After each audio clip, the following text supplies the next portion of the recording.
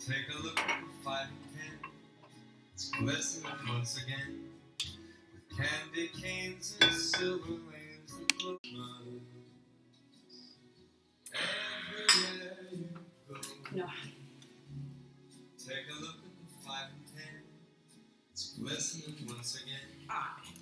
Candy canes and silver lanes. Nej. Gud. Det kan jeg ikke finde ud af, det her.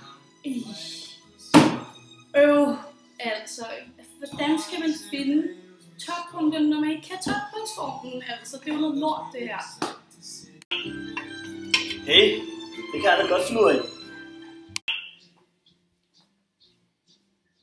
Nå, lad mig se. Her kan du bare bruge differentialregning til at finde parabolens toppunkter.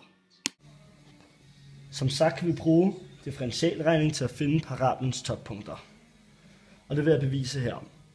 Altså vi har jo en funktion, som hedder f af x er lig a x i anden plus b x plus c. Og her nu ved vi, at det her det er et andet grads polynomium. Og så vil jeg først starte med at finde differentialkoefficienten, altså f mærke af x.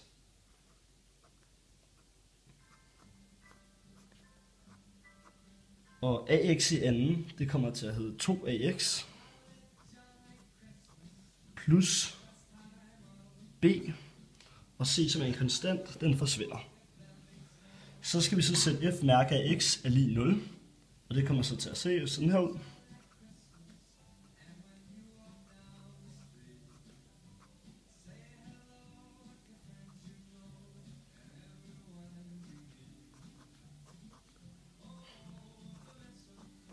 Er lig 0. Og nu så skal vi så, eller efter vi har gjort det, så kommer det så til at se sådan her ud.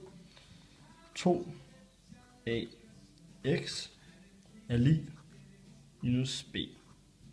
Herefter så skal vi så dividere 2a på begge sider af lighedstegnet, hvor vi så kommer frem til, at det ser sådan her ud. X er t er lig minus b over 2a. Og det her det er så formen til at finde første koordinatet. Ja, nu når vi har fundet vores første koordinat, så kan vi bare sætte vores x, som vi lige har fundet, ind i vores form her, og således finder vi y-koordinatet. Ej, hvor er det bare smart! Okay, så nu kan jeg bare starte med at finde differentialkoefficienten af min ligning, som står lige her. Som lyder, y er lig med 2x i anden minus 12x plus 9. Og hvis jeg så tager f mærke af y, så bliver det så lig med, lad mig se, 4x minus 12. Okay, og så var det jo så, at jeg bare skulle sætte y lig med 0. Og så får jeg vel så, at 4x minus 12 er lig med 0. Og det må jo så være det samme som,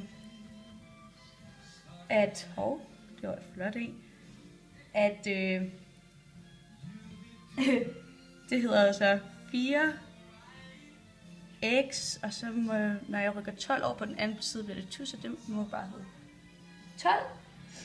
Okay, og så kan jeg jo så bare tage igen og dividere med 4 på begge sider af lighedstegnet.